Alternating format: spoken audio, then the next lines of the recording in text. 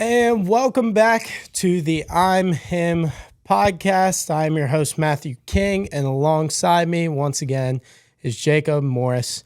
And I have a guest that I wanted to bring on since the moment that we started this, in all honesty, but I was waiting for the right moment and to find a way to be able to set up the technology to do it for him, which took a while. But I have my dad, Frank. Dad, thank you for joining us. If you don't know, Dad is a huge Ravens fan, so I wanted to bring him on this week, talk football. He swears that he knows more than we do, so we thought we'd bring him on just to see how much more he knows than we do.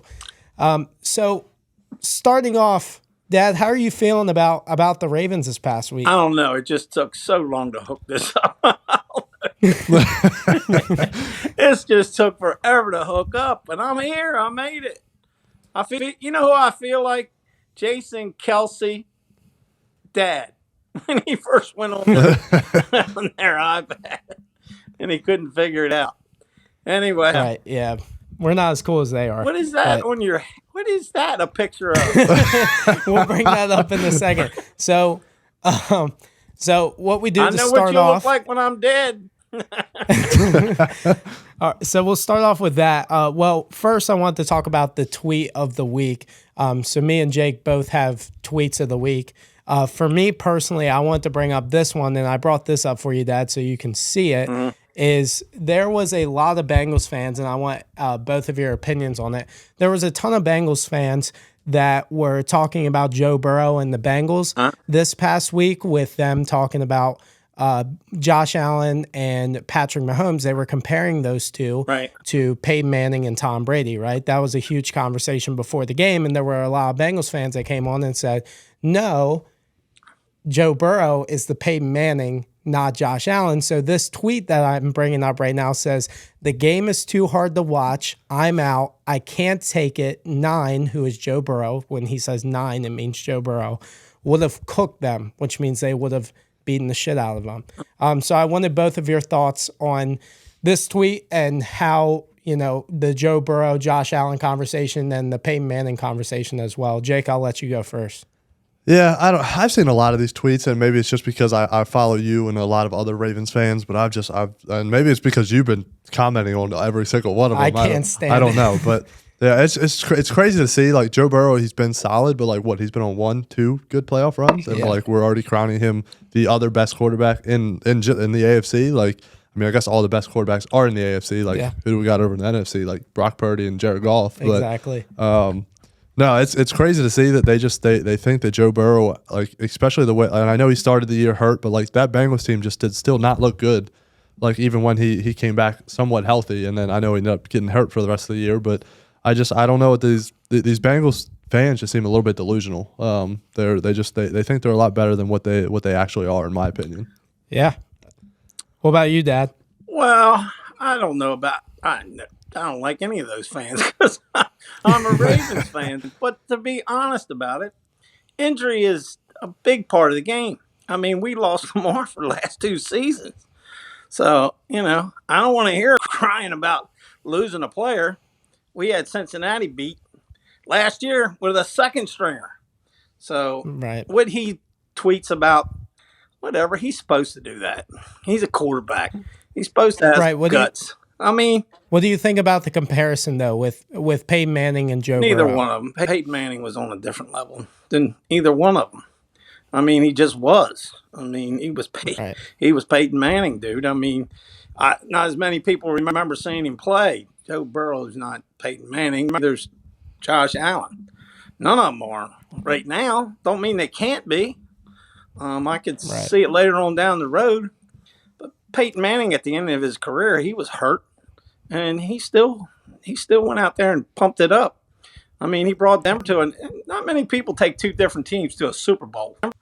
So Peyton Manning's kind of special, and his wasn't about his arm and how he threw it. It was all about what he knew and how he knew to beat you. He was one of the best I ever saw. He really was. The best I ever saw, if you want to know the truth, was Dan Marino, and he never won anything. But he was he was one of my favorite quarterbacks of all time.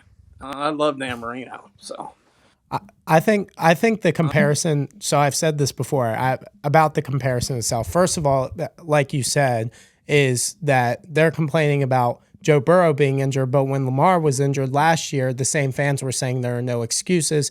They beat us in a playoff game. They made that a big deal. That's fine. So we'll let that slide. But the Peyton Manning comparison is crazy to me because what Peyton Manning was during his career is what Lamar is doing now, if you want to make a comparison to either of them in their career aspects. So in reality, Lamar has all the accolades that Peyton Manning, he's on pace to get all of the accolades, maybe not the passing, but the MVPs, doing something that people have never seen before. Like, he's doing that now. And that's what Peyton was doing as well. But the thing with Peyton Manning was that he couldn't do anything in the playoffs, right? He was really bad in the playoffs. with He the could Colts, never beat with the Brady. Colts, yeah, With the Colts. Took him 7 when he years. first Took started Michael his Jordan career. 7 years. Yeah, exactly. So it's the same. That's what I'm saying. Like, the comparison with Joe Burrow and with Josh Allen, like, I don't think none of them have done anything like accolades wise. Yeah. Like, they're known as great quarterbacks, right? But they're in all reality, like, it's Patrick Mahomes and Lamar Jackson, like, as the accolades. This year it is. Yeah. This year it is. I mean, my thing about Lamar is always been they were just late with the offensive coordinator. They didn't trust him with the offense, and I believe the offensive coordinator did not want to pass. I mean, he just didn't want to pass. So you can't pass the ball if you're not. That's why him sticking up his balls last week and spouting off to him and telling him, look, this is my team, and I'm getting blamed for everything.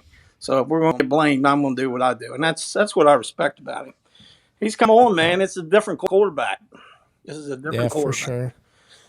And I honestly, I hate the comparison. So, like, it's general, Mahomes, right? Right. Like, first of all, I need to see some longevity out of these guys, like producing year by year by year for 10 plus years or whatever. Absolutely. These guys haven't even been in the league for 10 years yet. Obviously, they are the best quarterbacks of their conference, so I get what they're trying to do. But, like, right now, it's Mahomes and Allen, Mahomes and Jackson, Mahomes and Burrow, like their own different players. Like, this league is totally different than when like the Brady Mahomes, and the Mannings. I'll tell you that. He's always Mahomes. Mahomes is Brady. I'm safe. I'm safe on that comparison. Yeah. Like, I'm okay with that comparison. He's put up the numbers. He's put up the accolades. He's put up the winning. He wins. Super He Bowls wins and this stuff. Super Bowl. If he does win this weekend, he wins this Super Bowl. You got to start counting.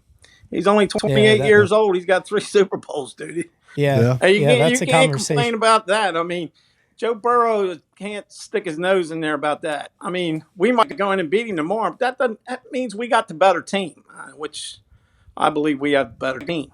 That's sure. what it is. I believe we had a better team than Cincinnati last year without Jackson. Truly. Yeah. I mean, they were beaten up. They got a lucky play at the end of the game. They know it. So, whatever. Right. I personally think that I think that we're trying to figure out who that number 2 quarterback is. So it's going to be a lot of comparisons. But to bring Joe Burrow's name up in a game where he's not even involved and he's like, nobody cares about him. I'd rather watch Josh Allen against Mahomes than Burrow against Mahomes. Even the NFL did it, though. They tweeted that thing of him doing the throw and the spin. Yeah, like why are we bringing Joe Burrow into every conversation? Because you got to keep everybody in it. Why wouldn't you do that? I mean, you want to keep Cincinnati involved. You want to keep them watching the games. They're not a big market. Nobody cares about Cincinnati. If Burrow was in it, we'd be in it. They know it. They all know it. Blah, blah, blah. We're the ones that beat Kansas City. I get it. Gives them something to talk about, man. This is money. Right. Oh, my gosh. So let's bring up Jake's tweet of the day. Dad, I don't know if you know what Zins are, but these are the things, these are the nicotine pouches that me and Jake use. So this was a video that Jake brought up. Yeah, not really sports related, but Taylor Lewan posted it. So, but if you want war with the United States,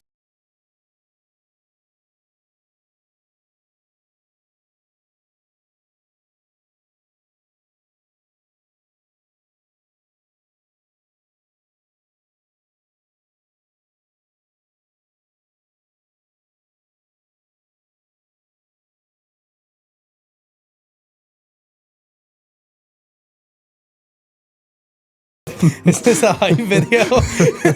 So the backstory is Chuck Schumer is trying to put like a federal ban on Zins across the nation. Okay. And so people are up in arms about this.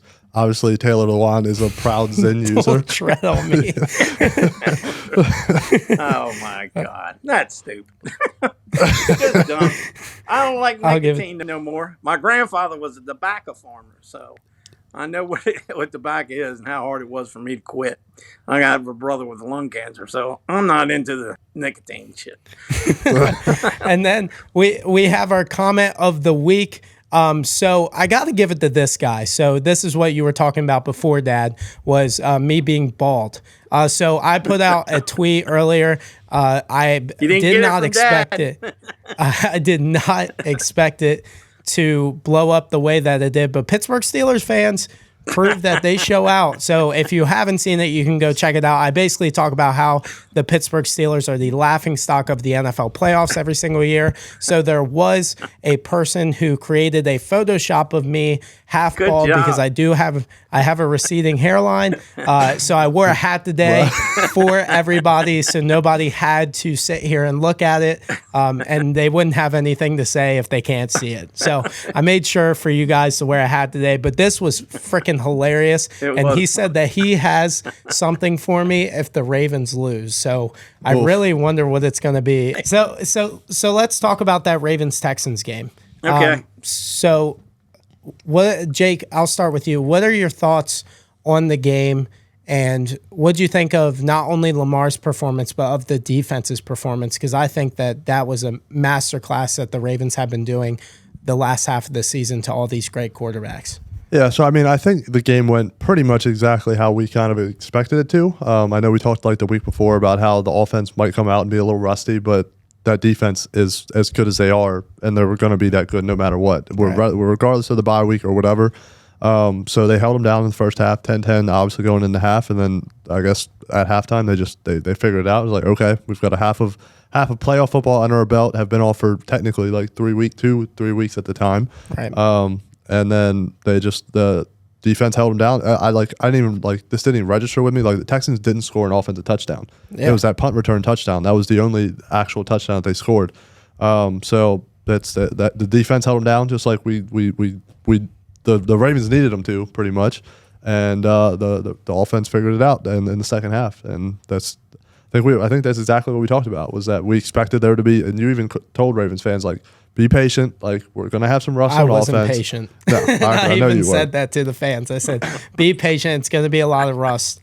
But I couldn't do it myself. I was at halftime, like I was like, it's happening all over again. And you could just tell in the stadium itself, like everybody was sitting there like, oh my God, this is actually happening again. But it didn't happen. What'd you think, Dad? Same thoughts. I got up. I hide during games. So I got up and I looked at halftime. I said, somebody texted me, not you, it was somebody else, friend of mine. He said, what's going to happen? I said, we're in trouble. That's what I thought. I thought the same thing's going to happen. And Lamar just came out and proved that this is the best Ravens team that we've ever had, including the 2 Super Bowl winners. Why do you think that? They're complete everywhere. 2000, it was all about our defense. We dominated. You guys don't remember, you just being born, but we just dominated. I mean, that's the last team that won with the defense. Tampa Bay did a little bit, I guess, but that was the one. And then the second one, Flacco got hot. He just got hot. And, we were fairly balanced, but that defense was not that. Ray came back at the end of that year, but he had a pec issue. And they were good, but they weren't this. This is the best. 2019 was good. I don't think the defense was as good as this one. I think this is as good as we've ever had. Now, we're in a spot right now that if they beat us, and they could, anybody can beat anybody on any given day. but we're putting out the best team we've ever put out there. That's all I can say. Yeah. Yeah, I never thought about it like that. Like I never went back and like thought like, is this like this is something that we really have to take in like in itself, because I don't think that's why I was saying about the Ravens team in general. I said it last week, like enjoy it now. It's not going to be this good for a long I want a time. dynasty. That's what I want. We all want dynasties. Jake wants the Commanders to have a dynasty. Dude, I just want a winning record, okay? I want Even when we made the playoffs, we didn't have a winning I want to record. know what it feels like to wake up every time you're going to go out there and play like Mahomes and Brady do and just know you're going to win. You know, I want that feeling. Because I didn't know last week, but after Lamar came out in that second half, it was like, dude, this is a different cat. Did you see him at halftime? Did you see him at halftime walk into the locker room like before the half ended, and there was a picture of him like giving the death stare like to the entire team? He looked pissed off. He was pissed off. And then there was a report that came out that said somebody was near the locker room and they could hear him like yelling and cussing and saying like, we need to figure this shit out. You know, they're not going to make a big deal out of that because that's not usually him, but it needed to be done. Yeah. It just needs he pushed Ronnie Stanley. Hey, look, big dude. Hey, fat block somebody. You know, I think. Hey, let's all commit to this. It's not just me. I'm the one that takes the blame when we lose. I get the credit, but I get the blame when we lose, and I'm tired of this, and we're better than this, and they are. I'll tell you what. Kansas City beats us this week. They've earned it. I can tell you that they've earned it, and I'll just tip my hat to them because this is a complete football team. It's the best football team on both sides of the ball. I won't say the special teams is. I've seen us have better special teams. But Jordan Stout did not have a great game. But no, exactly like he was saying though. This is probably arguably the best team that the Ravens have put out there. I mean, it doesn't happen often where your team is the Triple Crown winner on defense and you're also averaging over 30 points a game. Like that doesn't happen. That's insane. But the Lamar thing, that's also what is a big difference in that from that 2019 team. Yeah, is that Lamar is mature now. He is kind of a veteran now, and like he's got that leadership quality to him. He's able to take control of that locker room, his offensive players, and tell them, hey, let's step it the fuck up here. Like right. Yeah, for sure. Yeah, I agree with everything that was said.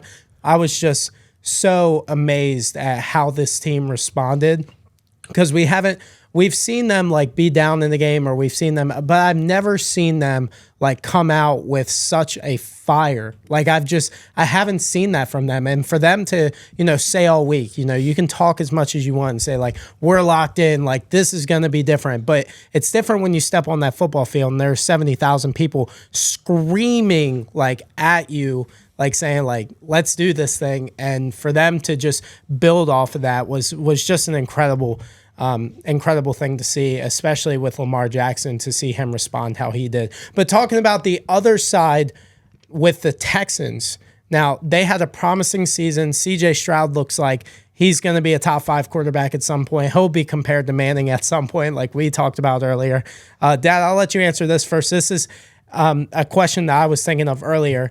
True or false, the Houston Texans will win a Super Bowl with CJ Stroud? I don't know why they can't. They can. I mean, Cincinnati can win a Super Bowl. I doubt it, but they can. They can. I mean, yeah. Stroud's. I'll tell you what. I love the coach. I love that coach down there, dude. I love that coach. He's on it. I think he's going to be with it for a while. I can see them. I thought Jacksonville was going to take over that division. It don't look like it now, does it? No. I mean, it don't. I mean, they had the quarterback. I don't see why he can't. I think he can make a run at it. Maybe not this year, next couple of years, but he throws the ball. I'll tell you what, he's a lot better than I thought he was going to be. I would have taken him over the little guy because the little guy was so little. that was my problem with him. I mean, he was just so small. So, and he may turn out to be a great quarterback. Who knows? I don't know. He could turn out, but I would have took him over him. but I didn't think he was going to be this good. I just didn't. He's doing things I never thought he'd do. So who knows if he can win a Super Bowl or not? So I mean, I would say yes. Like it's the thing that's tough is that he got put into the AFC, and AFC is the king of having quarterbacks. And I mean, the NFC, it's the proof isn't really there. Like we've got the two remaining teams have Brock Purdy and Jared Goff. Yeah, we had Baker Mayfield in the divisional round. So. Yeah, not like talking down on them at all, but like you're going to have to face these Patrick Mahomes and Lamar Jacksons and Josh Allens for the at least first 10, 15 years of his career or whatever. Like these guys aren't that old. Like they'll be around for a good while. But I mean, to sit here and say like no way, like they went from a 3-win team to a 10-7 and with a playoff win under their belt, and with a rookie head coach and a rookie quarterback. Like Frank said, like I love D'Amico Ryans. That guy, he's a player's coach, and like I don't know if you saw the clip. Like he literally coached one of his players, number 48. That like told him exactly what to do to pick off with Joe the pick Flacco. Six, right? Yeah, and like told him you're gonna do this, and you're gonna pick the ball off, and damn if he didn't pick six Joe Flacco. So the dude knows how to coach, and just to see that much progression in only 1 year, and both of your two main guys are rookies, like it'd be hard to sit here and say that with that sort of progression that there isn't a chance that he's going to go out and win a Super Bowl for them at some point. Yeah, I'm going to say the same thing. I'm going to go with true. I think that C.J. Stroud has a chance to win the Super Bowl, but like you said, with the AFC like being so bad, or being so great, I mean, but the thing is though, like I think that Houston, they built so well in the draft that now they have so much cap space to go out and get whoever they want. And they could go out and get another receiver to complement Nico Collins, and they get Tank Dell back. They can go out and get the defensive like units that they need for that defense that D'Amico Ryans has put together. Like I just don't see a situation where C.J. Stroud doesn't win one at some point, especially with Patrick Mahomes and the Chiefs. Like they're great, but there are reports like Travis Kelce might retire this year. They're even saying that Andy Reid is getting there too. Like there's been reports he might retire after this season or the next couple years. So like when the Chiefs start coming down a little bit, I think there's going to be a lot of openings for these Josh Allens and the Joe Burrows and the Lamars and the CJ Strouds. Like we're going to see the next guy up at some point. I don't know if it will be this year or next year, but it's going to come. And I think CJ is going to be one of those guys, and it's going to be wide open. But good point.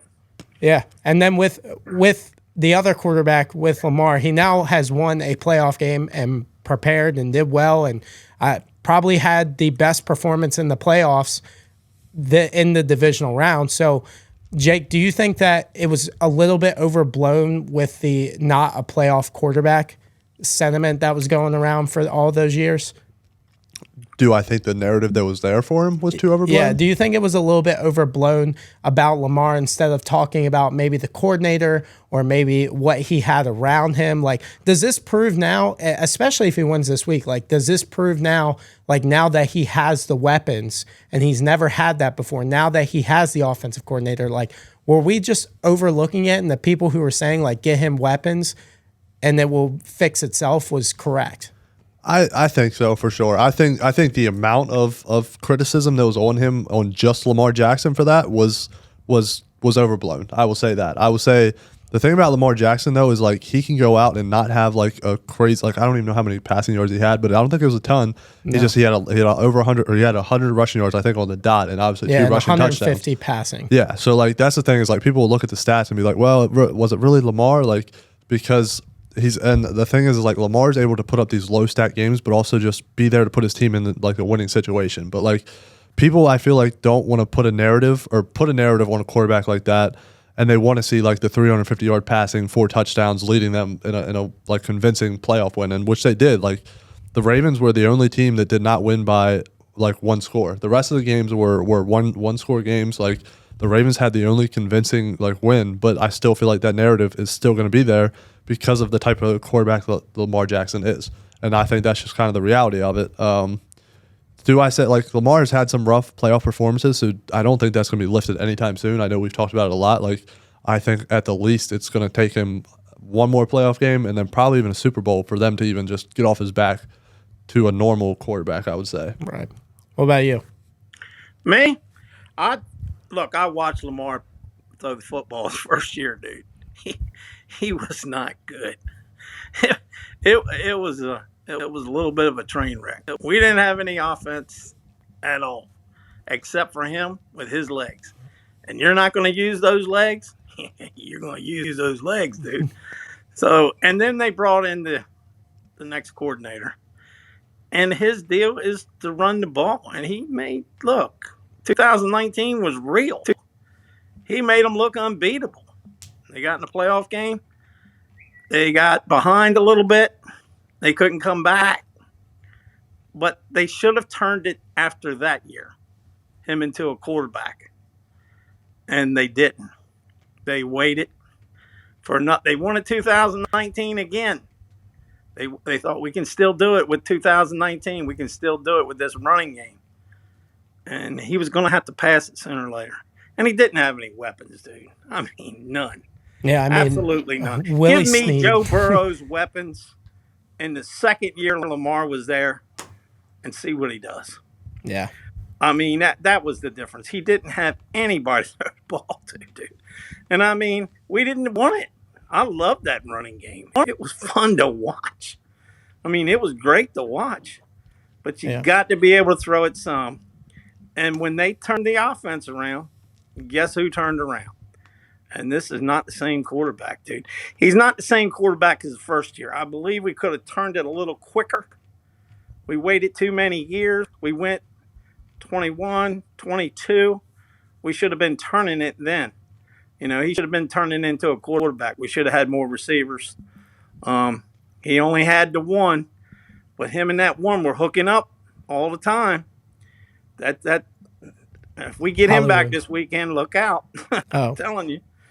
Yeah, I mean, when he comes back, it's I know likely Andrews. I know likely he's doing good, but Andrews and him were hooking up, and they were making connections over the year. I mean, they made us competitive all the time. So they can talk about him. The proof's in the pudding. That's it. I don't think that he's the best quarterback I've ever saw. I think he's a lot better than he was. And I think it's the best team we've ever had. Yeah. Team we've ever had. Yeah. And with him behind a great team, we're going to be hard to beat, buddy. Yeah, for sure. I just think that. Yeah, I'll end it with this, with the Ravens talk. I will say that I think, and we've had this conversation a lot with guests over the past couple of weeks, but the narrative about Lamar, it's never going to change until he wins the Super Bowl. Like, it is what it is. But if he does win the Super Bowl, like, it is going to change the entire NFL, because it's going to make teams believe that quarterbacks that are athletic and that can do this type of offense and can do the crazy things that he does with his legs and be able to turn them into a passer, such as Anthony Richardson. Like, that was the reason Anthony Richardson was drafted so high. If this was 2014, he is not getting drafted in the first round. But they knew that as a developmental quarterback and what he can do with his legs and how powerful his arm is, he was a top 5 pick. So he's going to be a mess in a couple of years too, bro. Yeah, he's going to be in the same direction. He's another AFC dude. You just watch what I tell you. He's going to be a mess in a couple of years. Yeah, for sure. He's a monster. He's Cam. He's a lot like Cam was. Yeah, for sure. So let's move on to the other divisional game, the game of the week, the Bills versus the Chiefs. I mean, once again, incredible matchup between Mahomes and Josh Allen. Josh Allen played his tail off. Once again, just couldn't get it done, but it wasn't necessarily him. I won't put it on Josh. I mean, the guy missed the field goal. Josh did miss some throws late in the game, but I mean, he was just phenomenal. Like, it felt like he could not miss. Either quarterback could not make a mistake. Jake, what do you think about the game, and like, who do you blame for the loss? I don't know. This was a tough one, because you can't really, like, Josh had a decent, like, he had under 200 yards passing, he had 72 yards rushing and 2 touchdowns. But like, Josh wasn't the reason they lost this game, in my opinion. Like you said, he was playing well, but the thing was he wasn't turning the ball over. And that's like every close game or big game that they lost, like, you could always point your finger and be like, oh, Josh turned the ball over 2 to 3 times. Like, you couldn't do that here. So like, I'm almost like, are we starting? Should we have and I know that they've got a ton of injuries, like on defense especially, but like, is it time to have a conversation of like, maybe it isn't just Josh Allen, and like sometimes when he tries to take the game over, like that's when he makes these mistakes, but he has to. Like we just saw, like he's played a pretty damn good game, and they came up short. I think more than anything is you look back at who's the quarterback of the other team. Like I think Patrick Mahomes showed up. Him and Travis Kelce found their connection again, and they know how better than the Bills to find a way to win games. I think that's just as simple as it boils down to. Yeah, that sounds like coaching. What do you think? It was clear to me the whole game, the whole time. Josh Allen's good, dude. You either want him or you don't. Anybody else want him? I'd take him. I mean, he's a good quarterback. That was the problem the other day. It was linebackers. They didn't have any linebackers. They had no defense, and they knew it. Andy Reid's not no dummy, and that's why Travis Kelce was wide open all the time. I mean, they just didn't have. Look, half the game is being healthy. You got to be healthy to win a Super Bowl. And Kansas City's been hot. They don't ever get any real hurts. They don't. I mean, Mahomes has been healthy for 6 straight years, dude. Yeah. That's a lot. You know what I mean? No hurts. So I believe the plan was to go into the game, keep the ball away from Mahomes as much as we can. We're going to run it down their throat. Josh is going to take off and run. We're going to throw a few passes in here and out there, and we're going to stay in the game. And they stayed in the game the whole time, right down to the end, like every game they've played them. But to me, it was just all about their defense. It was their defense, and they couldn't stop Mahomes, and they knew it. So they tried to keep the ball as long as they could by running it. That's why they didn't throw the ball downfield. And you got a dude out there dropping some passes that didn't help him at all. And you got a kicker kicking wide right. I know about that, Billy Cundiff. We'd have 2 Super Bowls back to back if he hadn't have done that. So don't tell me about kickers; they'll kill you. That's what I tell you. That's why the Bills have no Super Bowls at all. Is because of their kicker. It's kicking. Yeah, but it was the linebackers the other day. They lost so much. They were hurt so bad that they had to make up a game plan, which was working. I mean, they played them tough, and they should have tied the game up, but I don't think they'd have won anyway. Yeah. I think as soon as Mahomes got the ball back, he was carrying it right down the field, and they knew it. They were trying to keep the ball away from him. Yeah. And that's the way you play it. And I hope the Ravens do the same thing, keep the ball away from him. Yeah, for sure. And also with what we were talking about with dropping passes, Stephon Diggs. I mean, he was nowhere to be found for a guy that bitches all offseason saying like, going with his brother, Trayvon Diggs, and saying like getting him to go on Twitter and saying like, get him out of Buffalo. Like Josh Allen was never anything before Stephon Diggs. That's a lot after you just put up a shit performance in one of the biggest games. And he has I know a lot of people say that there's nothing there, like they don't hate each other, they love each other. That's horseshit to me. I think that Stephon Diggs actually has something against Josh Allen, and they do all this nice stuff for the camera, but I think there is a little bit of discourse there. But it's impossible to trade him, impossible to get rid of him, and I just don't know. I think they need to add another weapon on offense, but the defense. And I think that it all comes back to coaching, right? Like Sean McDermott keeps losing these big time games. So like at some point you need to have a conversation. Is it the coach? Because he had multiple situations in that game where he was trying to lose them the game. A fake punt with DeMar Hamlin, like it was a Make-A-Wish Foundation late in the game. He just panicked a little bit. They needed to keep the ball away from Mahomes. I understand that, but on your side, they thought if he got the ball one more time, he's just going to carry the ball down the field. They'd be down by 14 points. That was his deal. He almost caused them to be down 14 points immediately and didn't even give the defense a chance to even prove themselves in that situation. He put the defense in such a hard situation with that. And then for them to get lucky and for the ball to roll out of bounds in the back of the end zone, like they called a huge break there. But if they would have scored there, like I think McDermott's out the next day. So, and I think there are a lot of coaching options that are better than McDermott. McDermott was there before Josh Allen. ever came, and they had nothing.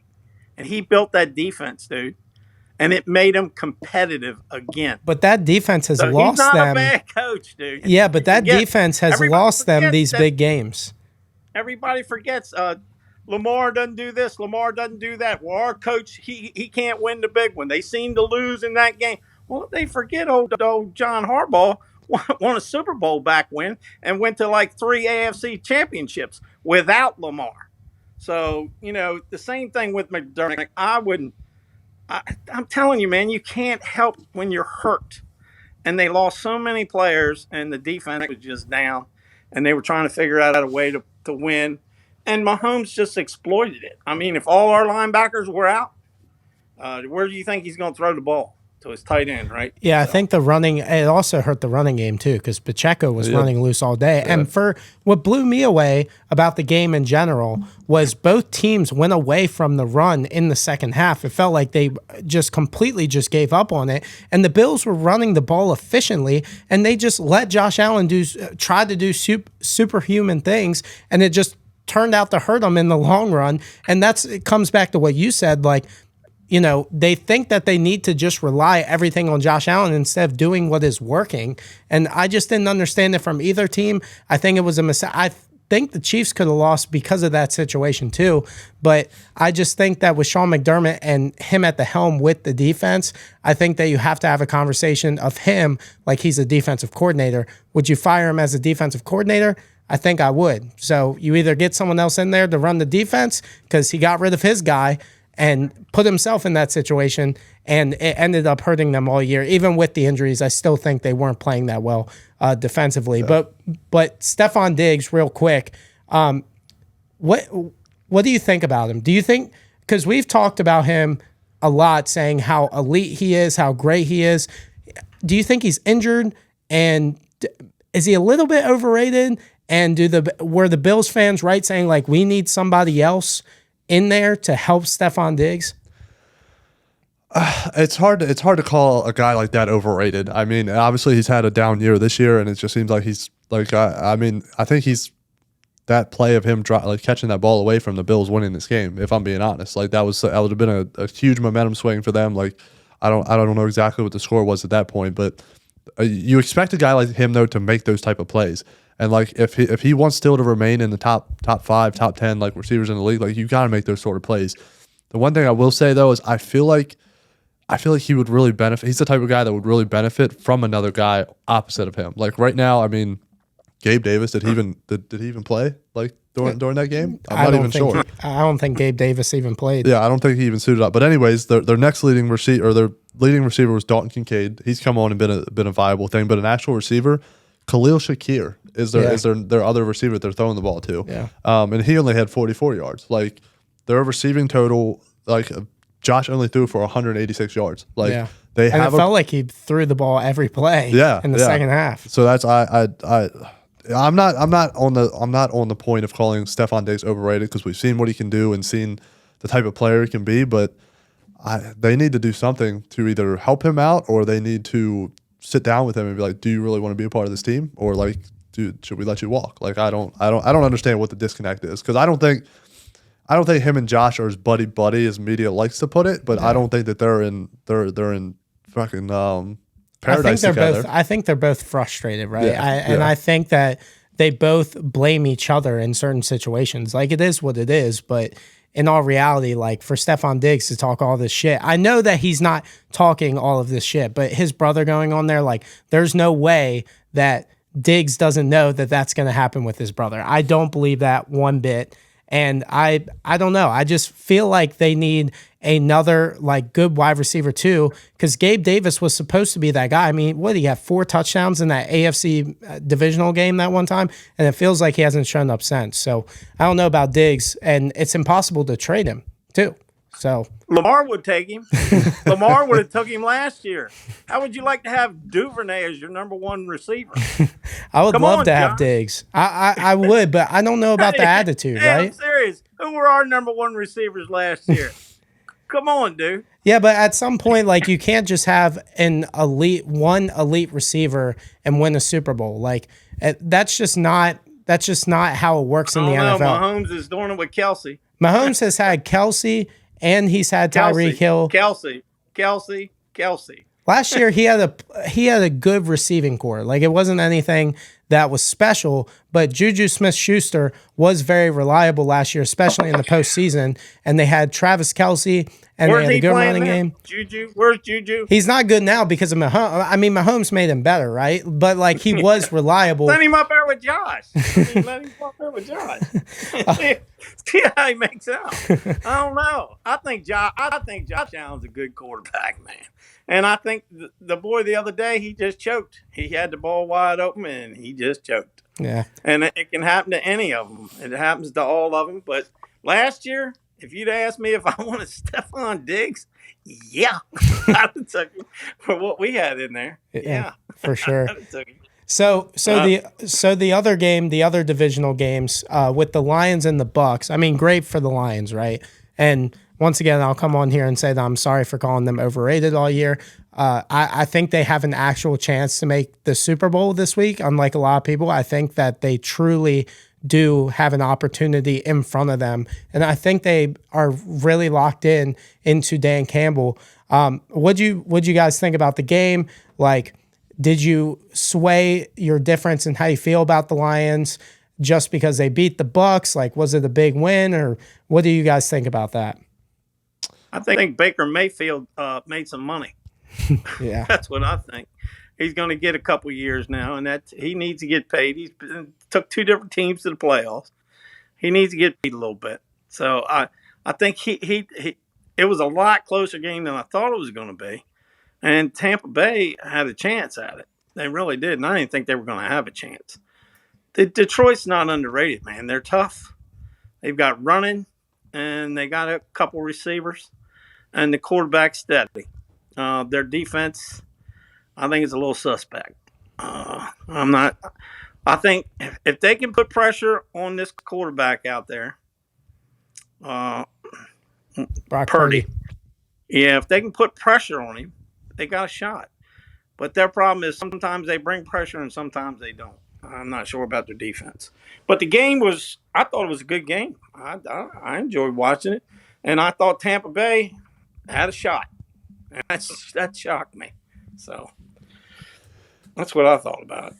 Yeah, no, I mean, honestly, coming into it, everyone was writing the Bucs off, but like Bucs were playing pretty dang good football towards the end there. So I mean, and like Baker came out and threw for 350 yards. Like, I know he had the two interceptions, the one that sealed the game for him or whatever, but I think I think that's your next question is about Baker and whether he deserves an extension. But I think he deserves a few years. Like, he played pretty dang well for him. So, but the only thing that I can see is that like leaning into like talking about next week and the real shot of it, I could see it. I'm still leaning 49ers. And we'll talk about that a little bit more. But Lions, I will never count out a team that is like tough and gritty as the Lions are. And I mean, that comes from the top down, from Dan Campbell. Like, they like to run the ball. They like to punch you in the mouth. Like, so I think that's what is making this Lions team so good and so scary, and why they're in the NFC Championship game right now.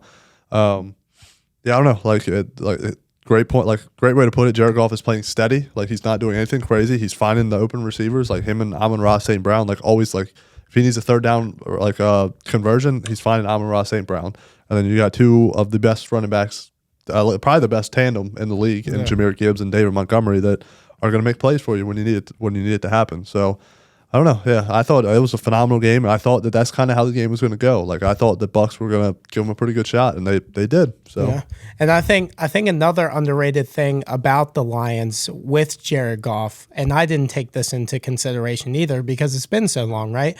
Jared Goff has made a Super Bowl, and he's done this before, and I think that is such a huge plus to such a young Lions team who hasn't been here before. You know, the coach hasn't been here before, so for him to come out and do what he's doing now and making plays and not turning the ball over and making sure that he gets the ball to his playmakers is so pivotal for this Lions team. And that's why they're in the NFC Championship. He has played the way that he's supposed to play, and he's just not giving the ball up. So, and the Lions defense is putting like what Dad said, putting a lot of pressure on these quarterbacks. And that is helping the DBs out so much because the DBs have gotten a lot of shit over the past, especially the last part of the season when they were getting cooked by every single quarterback that walked in there.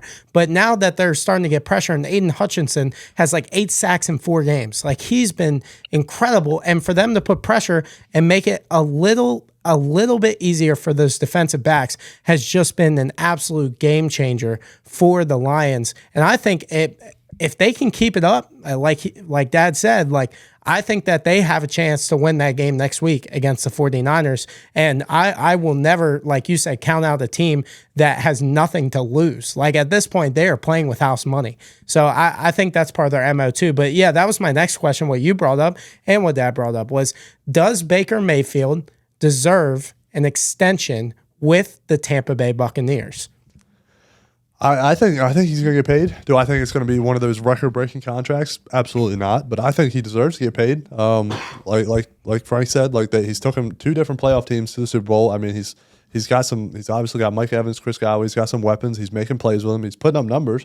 And I think the thing with Baker is like, he's part of that like personality that like you kind of want on an offense. Like, I know sometimes it can be a little over the top, but like you want to see some emotion from your quarterback every now and then.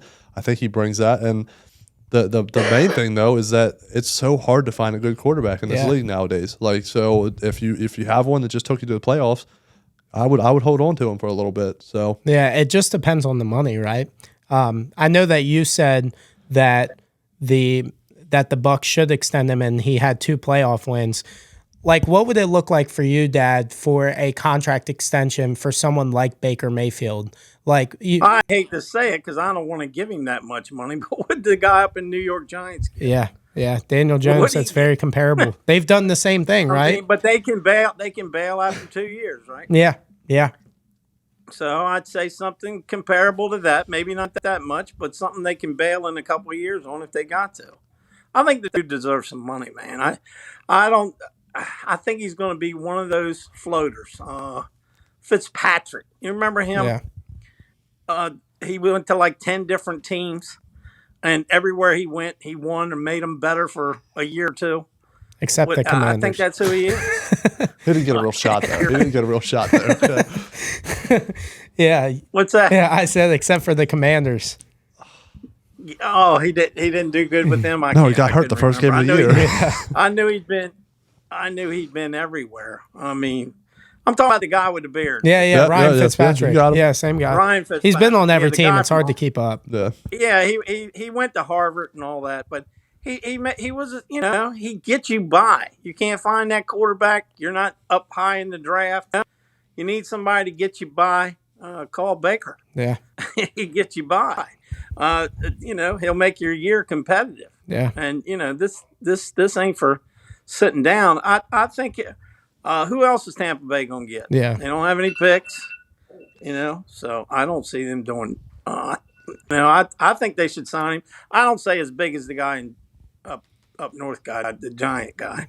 I don't think it's Jones. What's his name? Daniel Jones.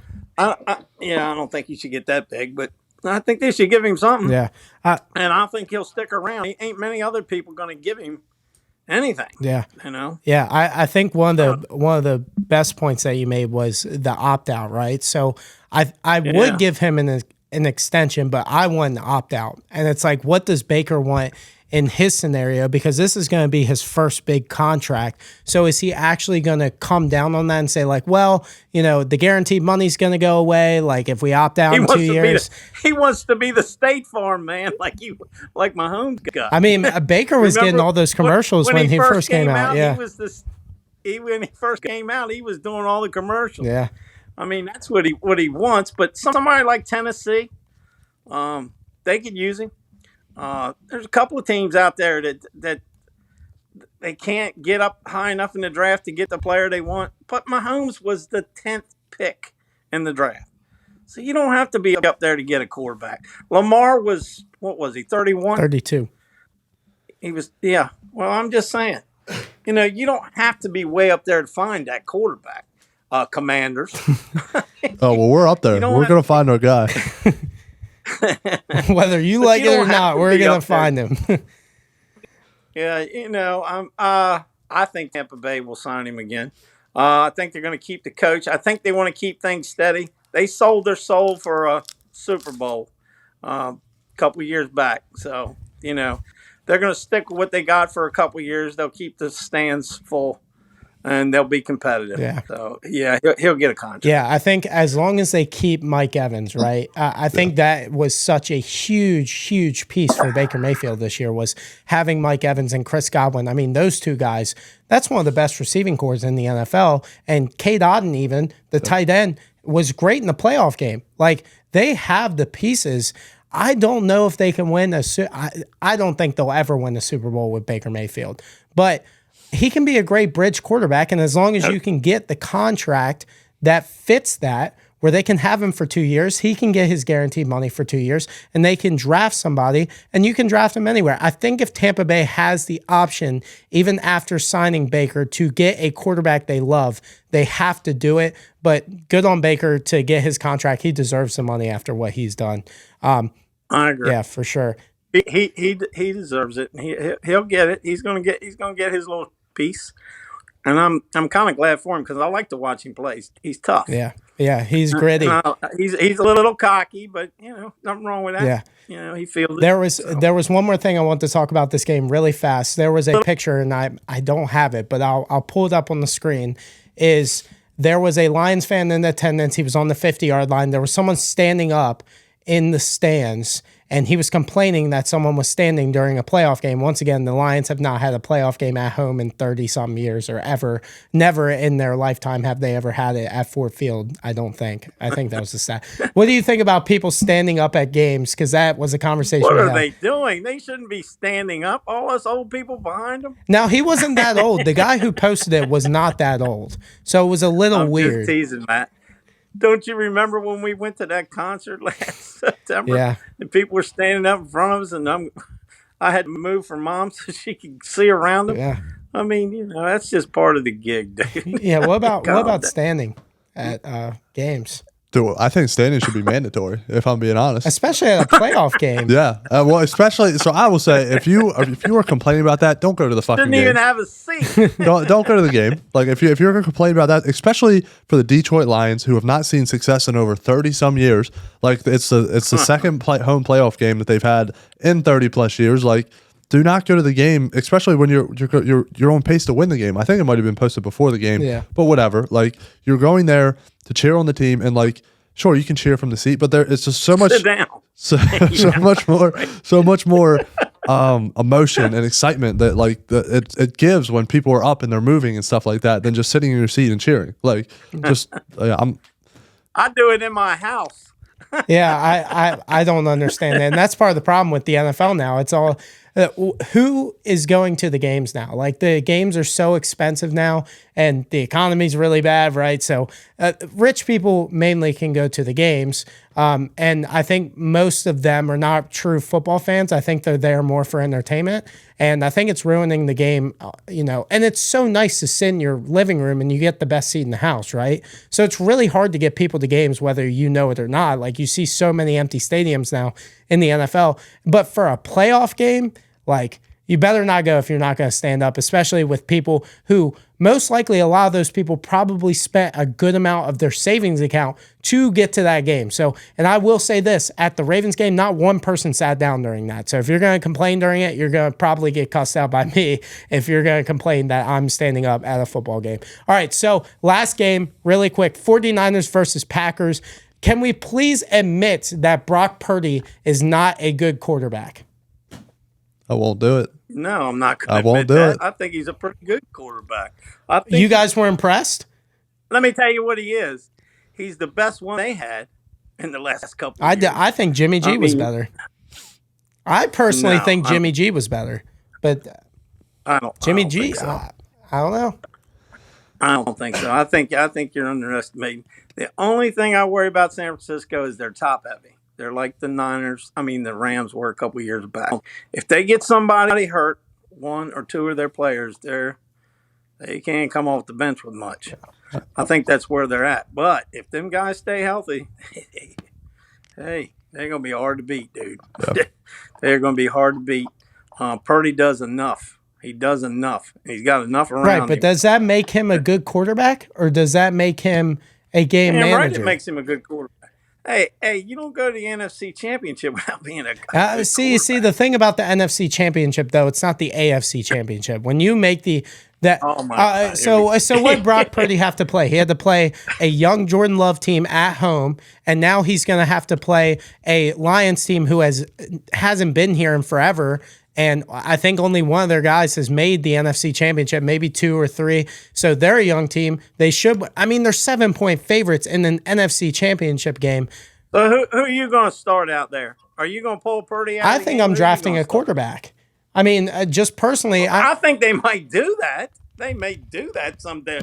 The Ravens might do that somewhere down the road. I mean, come on. They're going to draft somebody. But they drafted one and then sent him away. So, Purdy was better than he was. I think he's good enough for them to win. And that's all that counts. And I think they got enough around him to make it tough. I think it'll be tough on Detroit to win this weekend because of their defense. So you'll see what Purdy is this weekend. He's pretty much going to tell you what he is this weekend, because if Detroit brings that defense that's not rushing, they're going to make it a long day on it. Yeah. Purdy will. What about you? So. Yeah, I'm not going to sit here and call him a bad quarterback whatsoever. I mean, we based most quarterbacks off of wins and losses, and they are the number 1 seed in the NFC. Is quarterback a win stat, though? I mean, wasn't that what we were talking about with Lamar Jackson? I don't know if it's a win stat. Well, which one is it? Because we keep switching back and forth. Isn't that what we were talking about? Which one is it? It's a big thing in the MVP race, isn't it? Like you were saying. Good point. So I mean, if you're the quarterback of a winning team, like you're gonna be looked at as good. Do I think that he's top? Is he top 8? He's top 4 right now.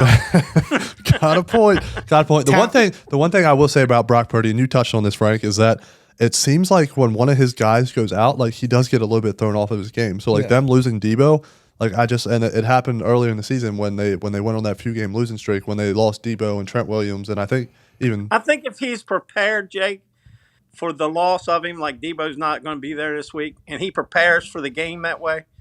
He's very rigid in his preparation. In other words, if this happens, I'll do this, this, and this. But if something goes off script, he becomes a little panicked. Yeah. So game manager, right? That's what we called Dak, right? So what? I'll take. And you were saying Dak was MVP. Yeah, you're right. I was wrong about Dak. Dak proved to me in the playoffs that he is what he is. Yeah. But like for me, Brock Purdy was the reason why the San Francisco 49ers should have lost the game. All I hear this week is about his game-winning drive, but nobody talks about how he played throughout the game. Like, he just was not good enough. And when the team needed him to be more than a game manager and to be a guy to go off script, he wasn't. And that's why I think San Francisco is not going to win the Super Bowl, no matter who gets in the AFC. I think that the Lions have I think they have a great matchup with the San Francisco 49ers, especially if Deebo Samuel isn't there. So you called them overrated all year. I think both of them are a little bit overrated. I think whoever wins the AFC Championship is going to win the Super Bowl. Like, that's just my personal opinion. But just talking about Purdy, like, I don't see it. Like, I'm just not seeing where he's elevating the offense. Like, he doesn't take command of the offense. He's not up there changing play calls, and he's not up there like going off script. Like, if something doesn't go his way, he's not the same quarterback, and that's just I don't think I'm going to change my opinion. I mean, I'm not putting him in the conversation of quarterbacks of like a Lamar Jackson or a Patrick Mahomes or anything like that. But he's not, especially looking at the league wide, like he is a good quarterback compared to what a majority of these other teams have. That's all I'm saying. It's called a team. I will, and he's good for it. I 100% agree with you. Like, he is not. Like, if I had to compare him to anybody, he's more of like a Tua. Like, he's not a guy that's going to go off script, but like if it's there for him, he's going to hit it like most of the time. And that's, unfortunately, I didn't get to watch most of this game. We were out or whatever, and I didn't get to watch most of it. Dude still put up 252 yards. Like, I know I don't want to just be looking at a stat sheet sort of guy right now. But ESPN stat sheet guy. I mean, that's what I got pulled up right here, right now. But we also said, like, Lamar started slow in the first half too. Like, and right, but then you saw the change when they needed him most to elevate the team. He did. right? And I just don't see that. And that's why I'm not putting him in that conversation with him. But it's also like we were saying, like he had the game plan going in that he's going to have Debo. And the other thing I want to touch on is the 49ers don't have the same defense that the Ravens do. Like, and what I'm just throwing out a lot of things right now, but this Packers team came in pretty damn hot. I will say that. Like, I think the Packers, and I'm a Jordan Love fan now. I'll tell you that.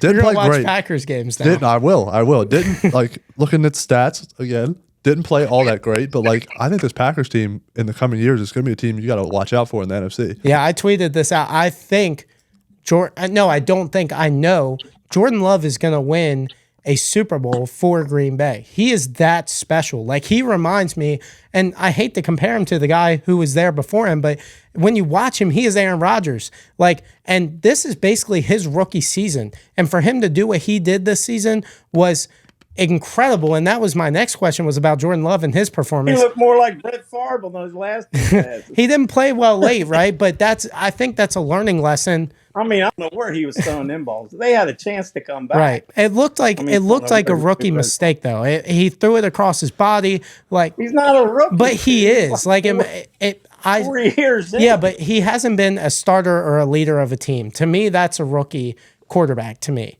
but so he's the same age as Lamar. Yes, but at the same time, I still think that Jordan Love. I personally think he's going to win a Super Bowl and he's going to win an MVP at some point. You can just watch him and see that he makes little rookie mistakes, but when he's on, he's on. So I think that Jordan Love is going to be special. I believe if that game had been played in Green Bay, it would have been a hard one for San Francisco to win. Yeah. That's what I'm talking about, Purdy playing off script. I believe he's kind of he's preset. He knows where he's going to throw the ball. He knows where he's got to go. He does read the field well. But like if it rains a little hard like it did the other day, he couldn't figure out his glove. You know, those little things are going to come up during the game.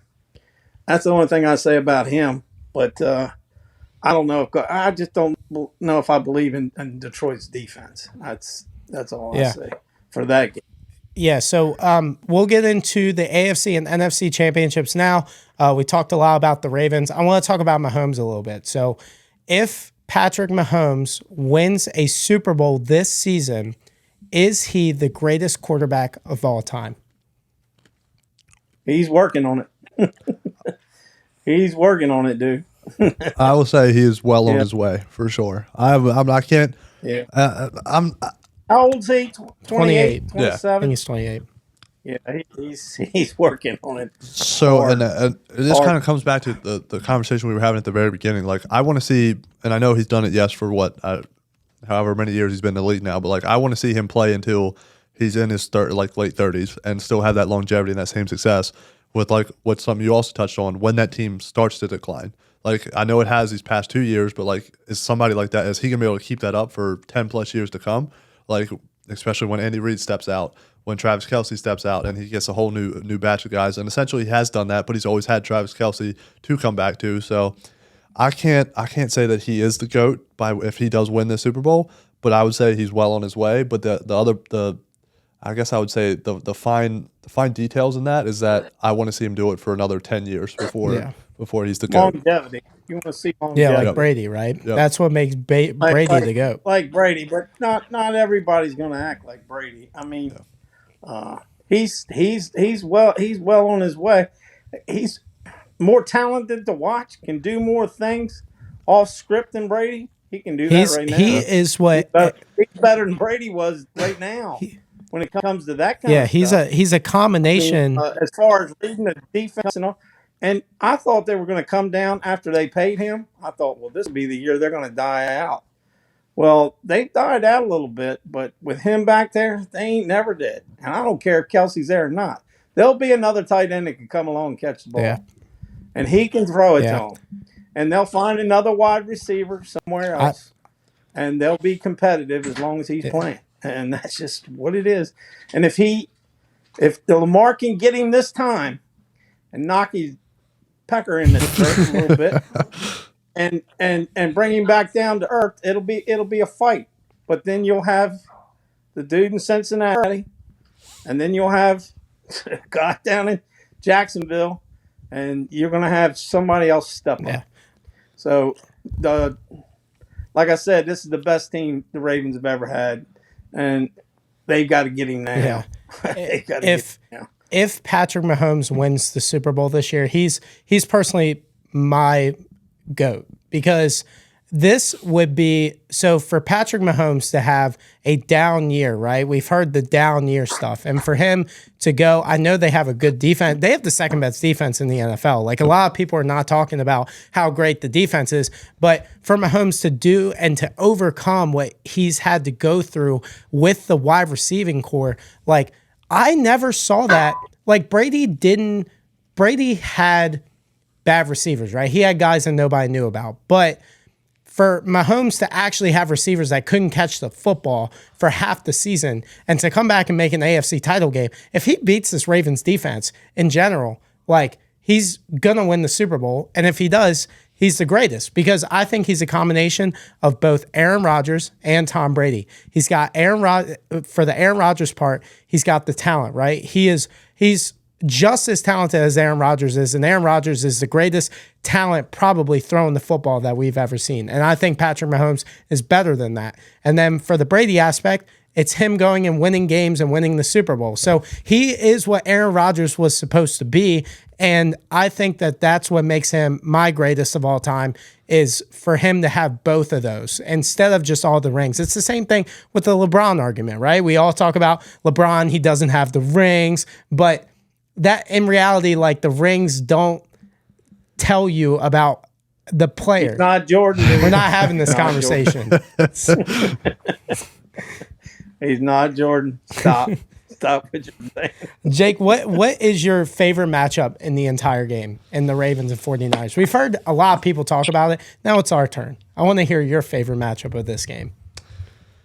Yeah, I don't know. That's how, when we just had Jack on, I know he talked a lot about Roquan, or not Roquan, but PQ and Travis Kelce, and he's not expecting PQ to shut him down, but he's hoping he can make a few plays, and he thinks that'll be a big thing.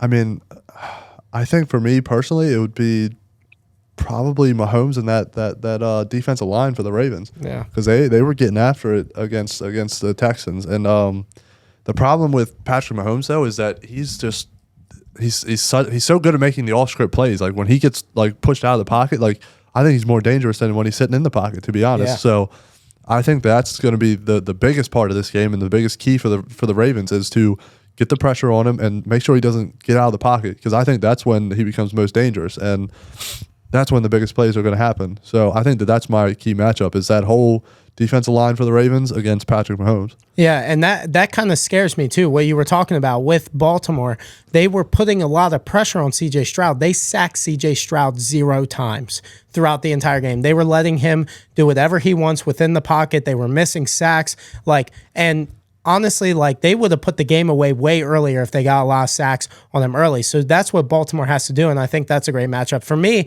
And I know that Jack talked about Patrick Queen, but I think it's Kyle Hamilton. And I think it's Kyle Hamilton against Travis Kelce. Kelce against Kyle Yeah, Hamilton. I think that's going to be the matchup of the game. I don't think Patrick Queen. Now, one thing they did touch on was Patrick Queen guarding the running backs, right? Yeah. That will be a tough situation with Devin Singletary and how he did him in the receiving game. But for Kyle Hamilton, like, you take away Mahomes' best player and you put pressure, like you said, on Mahomes, you're going to win the game, and you're going to win it handedly. So I'm really excited to see what Kyle Hamilton has to bring. And, he's a special talent. He should probably be in conversation for Defensive Player of the Year. Like, he has shut down every single tight end, every single running back, every single receiver, it's felt like, that he's gone against, and he has been the difference maker. He's been a ball hawk, and he was a little bit of a ball hawk at Notre Dame, but like, it just took another step. He brought that to the Ravens. So I'm really excited to see what Kyle Hamilton has to do against the Chiefs this weekend. I got the same thing. Kelce against Hamilton.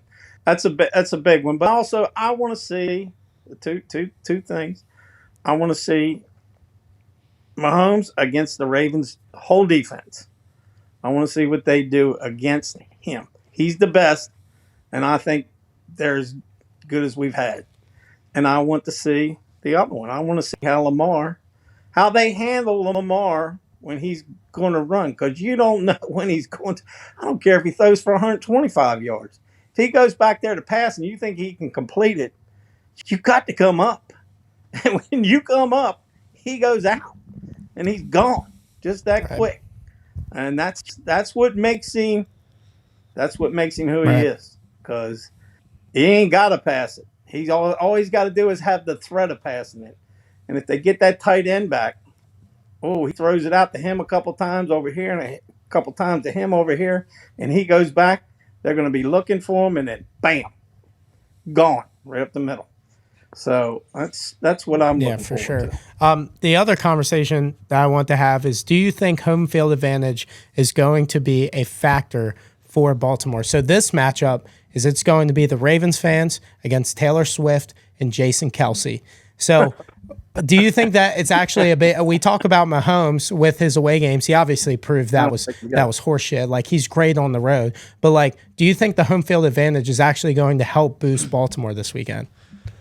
I mean, I think anytime that you play in a city like Baltimore, it makes a difference. But the thing is I don't think it's going to make that much of a difference for a Patrick Mahomes or a team like that is obviously they haven't played on the road a lot in the playoffs, but like that have playoff experience in general.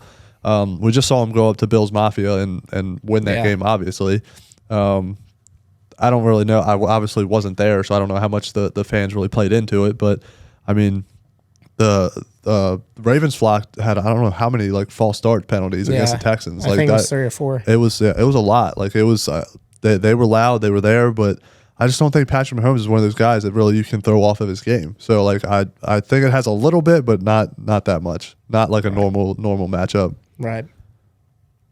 Being at home can make you more nervous. More nervous. When you're at home, when you're on the road, hey, everybody hates us. We know they hate us. When you're home, expectations, baby. Yeah. Expect that you better win. We're sick of this crap. Get home and win. You're here. No excuses. Puts a lot of pressure on the team. So I don't know if it's got anything to do with it or not. Like, the first half, it may help. It may help Kansas City a little bit. Second, the best team's going to win this game, and I just believe it's. And I don't talk good about Baltimore all the time. I want them to trade this one, throw that one away, blah blah blah. But it's the best team I've ever. If they beat us, they earned it. They earned it. I don't want to talk. And you just got to. Well, let's talk about that. Let's give score predictions for the AFC Championship game. Jake, I'll let you go first. What is going to be your final score of the Ravens versus Chiefs? Don't you do it either. I know you want to do it. Don't you dare do it. I hate this. I could see this game going either way. I really could. But I'm sticking to, I think this is going to be a low-scoring game. I think it's going to be a close game. And I think it's going to come down to, I think what's going to happen is the score is going to be 20-17. Ravens get the W. Yeah. But I think the way it's going to end is that Patrick Mahomes is going to have a last shot, and the Ravens defense are finally going to be the team to stop him. Wow. Yeah. Wow. That's a big prediction. Yeah. That's bigger than the score is. Yeah. What about you? I got 2 of them. Dude. If it's like this and it's close, Kansas City wins. If we win, we're winning by 2 touchdowns, maybe 3. I can see that too. I see what you mean by that. I've gone back and forth. I think Baltimore wins 19-27. So I think that they cover. I think that the Ravens defense comes up big in the red zone. I think that that's what's going to make the difference. Mahomes is going to get his, right? But like, Baltimore has been so good at not getting teams in the red zone, but I want to see how they do when teams get into the red zone and if they can hold up and not give up touchdowns. Because the team that moved up and down the field the most against the Ravens was the Rams. And if I was the Chiefs, I'm looking at Rams tape and saying, hey, what were they doing to Baltimore to be able to even get into the red zone? Because I don't even think I don't think the Texans even had one possession in the red zone. So, except for the punt return, but that doesn't really count at all. So I think that's what it comes down to is red zone defense. Who has the better red zone defense? And like I said, like Chiefs have a great defense, but I think it's going to be hard to contain Lamar. And I think he just makes one more play on the Chiefs defense than Patrick Mahomes will on the Ravens defense. So I'm going to take Baltimore 27-19. And let's talk about the NFC Championship game to wrap it up. This one's a really good game. And I think it's being overshadowed a lot by the Ravens game. And we're talking about Jared Goff and Brock Purdy instead of Patrick Mahomes and Lamar Jackson, right? So nobody's going to talk about 7-point spread, which I think is ridiculous in my personal opinion. I think it's too many points. But how much will it affect the 49ers if they have to go in or if they have to play without Deebo Samuel? I think it makes a pretty big impact. Deebo's obviously one of the best players on their team, one of the most dynamic players in the NFL in general. But actually, as Frank made a really good point earlier, like I think Brock Purdy is someone that if he gets thrown off of his game plan, like it does when a Deebo goes down or something like that, it's a little bit different. So I think it's obviously going to be an impact. Deebo is one of the most big playmaking guys on their team, but I think going into it, and I don't even think he's been ruled out yet. But no, they said I saw it today that obviously he's going to try his best to play, and they're optimistic. Yeah, that's what they all say. So I don't know. The thing about this one is that it's going to really come down to, and that's I think the Lions, especially against the Bucs, and Bucs weren't very good at running the ball in general, but they held the Bucs to the rushing to very, very minimal, and they had to have Baker throw for 350 yards to even be in the game. So I think that's kind of just my thoughts is that if it does come down to having to rely on Brock Purdy, and I like Brock Purdy, I think he's a good quarterback, but if it does come down to him having to throw 350 yards, I think the 49ers I think in general it's going to be a close game, but I think the 49ers could be in trouble. But I do believe in the ensemble that they have around them that they can get this game and win this game. Yeah.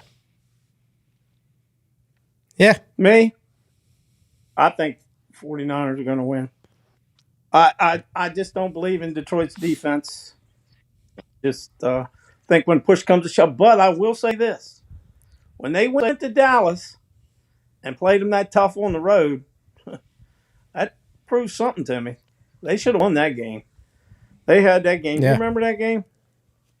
I mean, it was a good game. They should have won that game. So Detroit's got a shot. I mean, they have a shot, a definite shot. But somehow I think at home, and if Purdy doesn't lose anybody else, they lose McCaffrey or something first half, they're done. They lose another player, a big defensive player or something. They're going to be hurt because they're so top heavy. I think they just can't go to the bench. That's what I think. You got to get into that. It's like pitching. You got to get into that bullpen. And so that's what I don't know. I think San Francisco can hold on if they stay healthy enough, and Purdy doesn't lose anybody else. He loses another player out there. I've seen him. He's just a little shaky. With the Niners, I think it's a really big deal they're not going to have Deebo because the Lions are known for their run defense. They had the best run defense in the NFL. I understand that San Francisco has Christian McCaffrey. He's different, right? But usually defense always overcomes offense. So I trust the Lions' rush defense more than I do San Francisco's run offense. So I think that if Detroit finds a way to stop Christian McCaffrey and they don't have Deebo Samuel to go to, I think it's going to be a problem. And I think Deebo needs to find a way to be in this game because not only does Deebo help the receiving game, he also helps the rushing game too. So you'll have a dynamic where you can confuse the Lions defense, their rush defense, by running McCaffrey or bringing motion with Deebo Samuel. You'll know who's getting the ball. But when you don't have that Swiss Army knife with Deebo Samuel, it makes it tough because IU can't do that. George Kittle can't do that, obviously. Like Christian McCaffrey and Deebo, that's what makes this team roll, is that the motions, the different ways that you can use these players, it just confuses everybody. And I think just taking out one of those factors, that's a big difference. And I think it makes Brock Purdy drop back more and be a pocket passer and let him be dynamic. And I don't trust that, especially without Deebo Samuel, but trust, right? So Who do you trust more in this game, Jared Goff or Brock Purdy? You guys were defending Brock. I better hear both of you guys say Brock Purdy. I got a quarter in my hand. That's how I feel. Yeah, just put a quarter in my hand and flip it. Yeah, no, that's still there. Yeah, no, that's. I mean, Jared Goff has been playing really well for this team. But the thing is, with like the other thing that I will say about this matchup is like, I think that the 49ers are just as well being able to hold their run game because of that front seven that they have. Like I'd say this year, like with Fred Warner and Dre Greenlaw, they have right behind the Ravens with Patrick Queen and Roquan Smith as the best two middle linebackers in the game. So I think they can limit the double-headed attack with David Montgomery and Jahmyr Gibbs.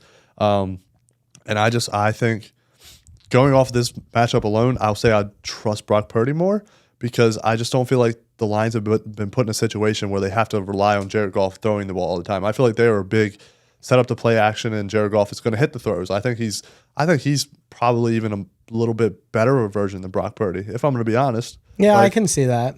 Like I like that tight end they got. Yeah, Sam Laporta. Sam Laporta, yeah. I like him, man. He can cause some problems. I mean, it's time for Kittle to step up.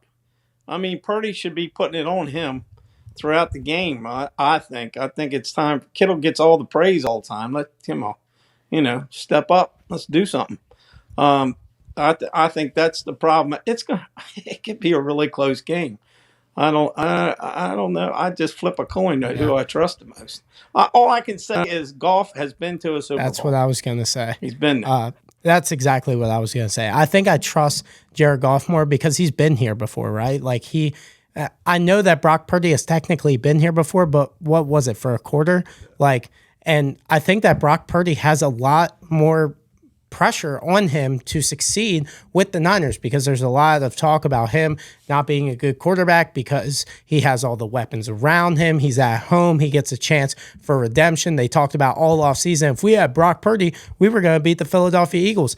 Now you have a chance to prove hey, we have Brock. We need to make a Super Bowl. So I don't think Jared Goff has any of that pressure on him. So I'm going to trust Jared Goff in this game more than I am Brock Purdy. I just think he has nothing to lose. And I know that San Francisco has a good defense. Their pass defense is a little bit skeptical. They turned the ball over with Jordan Love because he made bad throws. But if Jordan Love would have made the correct decisions, Jordan Love would have had a phenomenal game against that pass defense. So I think, and using Jahmyr Gibbs out of the backfield and using him as a receiver, just being able to, on their side, I was talking about how San Francisco can confuse Detroit with all those motions. I mean, Detroit can do the same thing. They can have Jahmyr Gibbs. He's their Swiss Army knife, right? So I think if they use him and David Montgomery, use them in the pass and run game, I think that's going to be a huge difference. And I just trust Jared Goff to be able to lift his team a little bit more than Brock Purdy can. So for this game, it's tight. We're all let's flip a coin. Who's going to win and what's your score prediction? And by the way, where's Joe? Never heard. So Joe actually said that he would like to next weekend when it's Pro Bowl weekend, if we can set something up, he'd love to come on and he'd love to actually be here in person. Wow, so that'd be cool. Yeah, so hopefully they're in the Super Bowl, so we can talk. I know. That's hopefully we got a Ravens 49ers. I hope Super not. Bowl. I don't want him here with that. Well, he said he's got a little surprise for you too. Anyway, no. So, but no. I guess going based off of that, I'm picking the 49ers to win. I think it is going to be a bit more, a lot more high scoring than the Ravens Chiefs game. So I'm going 31-24 49ers. Okay. Dad? I got the 49ers in a close one. 21-17. Low scoring. I'm going to go with the Detroit Lions. I think they're going to find a way to actually win this game. I just, after the performance that I saw from San Francisco last week and for Detroit to come in here hot, I think they truly believe in themselves, and I think that they're not done yet. And I think Dan Campbell has done such a good job to keep them composed and to say, this isn't it. We're not going to celebrate a playoff win. We're going to enjoy the moment, but we're moving on to the next one. And nobody thought they'd be here, including myself. And I think they're going to make one more play than San Francisco is. So I'm going to take the Detroit Lions 28-21. And I think that Jared Goff makes the Super Bowl again. And yeah, I think it's going to be a Baltimore-Detroit Super Bowl. And that would be hilarious because of all the shit that I talked about Detroit. So if we lose to Detroit, we're going to have a problem. But also, I personally think we'll get into predictions after it happens. But I think, like I said, whoever wins out of the AFC wins the Super Bowl. Oh, we gotta pick MVPs. I saw that. Oh yeah, right. NFL season award winners. Yeah, okay, all right, go ahead, give it to me. Okay. All right, let's go with MVP. Who do you have for MVP? The man, MJ. I think Jackson's earned it. There's not much doubt about it. I don't even think it's close. But you're going to be surprised who I think the comeback player of the year. I think a lot of people think it's Damar Hamlin, right? No. You think it's Lamar Hamlin? Yes, I think that we'll get to that. I think it's Lamar Jackson. He's missed the last 2 years and cost us playoff spots for the last 2 years. He's killing me. He's killed me against Cincinnati. And who was the year before? He was hurt again. He was all-time hurt. So he's the comeback player of the year. Yeah, too. I can see that argument. So that's what I got. Coach of the year is the guy down in Texas. Okay. All right. I like him. Yep. Defense is the guy in Cleveland. Myles Garrett. Yeah, I don't know who else you pick. I mean, he really had a bang up year. He made the splash plays. He earned it. And the McCaffrey out in the offensive player. He's out there. What about San rookies? Francisco. I think offensive rookie of the year. Oh, it's definitely the guy down in Houston. Defensive rookie of the year. I don't even know who to pick for that. Nobody really stood out. It felt like one person did. I would say nobody has stood out. I mean, I'm sure there's some, maybe some guy you've never even heard of that probably should get it. But I wouldn't know who to pick on that. Do you guys got anybody for that? Yeah, I think that one's just going to be a consensus guy. So I guess I'll start off with that. Yeah, go ahead. I think everyone's already crowned him, and I think he kind of deserved it because I don't feel like there was any other rookies that stood out. Like early in the year, he did, and we didn't hear about it as much because the Eagles sucked towards the end of the year. But Jalen Carter, he was playing like a veteran defensive lineman like throughout the year. Do you want me to just go through and list off all go ahead. people? Let's all right, do so MVP. I think consensus Lamar Jackson deserves the MVP. Is going to win the MVP. Offensive Player of the Year, CMC. I thought about Tyreek Hill, but I don't know. I feel like CMC meant more to that 49ers offense than I mean, that's tough to say too, but I'm going CMC there. Defensive Player of the Year, a lot of these are going to be who I think is going to win it and who I think probably deserved it more. I'm taking Myles Garrett as well as Defensive Player of the Year. I think if the Raiders were a better team, Max Crosby. Yeah, Crosby should be in that conversation. I think he did play well. He gave, I mean, he's one of the guys in the NFL. I hope we get to Mahomes as much as he got. I mean, he's one of the guys in the NFL that you don't ever see take a playoff. And he's always on the field. But comeback player of the year, who I think is going to win it, who's still the favorite, I believe, is Damar Hamlin. If he would have got that fake punt, 100%, he would have won it. Foundation. Yeah. I think there's an argument there that I feel like a lot of people have talked about too is Joe Flacco. I wanted. Joe came off the absolute couch. He didn't play enough games. But if you think about it like this, right? So here's the argument. I was all on the Joe Flacco comeback player of the year train. And then somebody said, okay. He was like, yeah, somebody coming off their couch is definitely harder to do than dying on the field and coming back and playing. And I was like, yeah, it's. I don't know. I just like we've watched a lot of Bills games. They've been in a lot of prime time. Like DeMar barely even played any. I know this year. But even to play, I get it now. Play a snap. For sure. Come back. Yeah, he deserves it. I was kidding about. Yeah. No. about Lamar, but Lamar has killed me with these.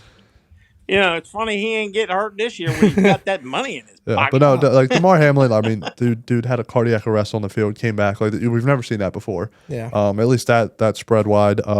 So DeMar Hamlin's going to win that one. Offensive Rookie of the Year, who I think is going to be a C.J. Stroud, who I think deserves it, is Puka Nacua. Yeah. Dude broke 3 different rookie receiving records, and like nobody even exactly. Exactly. Yeah, it's a quarterback award, right? Yeah, exactly. Defensive Rookie of the Year, already said Jalen Carter. Coach of the Year, think they're going to give it to Kevin Stefanski. Who I would have rather seen it is D'Amico Ryans. Or Dan Campbell, right? Yeah. Me too. D'Amico Ryans earned that. I mean, you're a rookie, so you're going in with something you've never even done before, and you're taking the team to the playoffs like that. I mean, the best trade they ever made was getting rid of Deshaun Watson. I mean, that's the best trade they ever made, picking him up. They got a lot out of that trade. Yeah. A lot. Kevin Stefanski is a good one, too, for what he went through. For me, my MVP is obviously it's Lamar Jackson.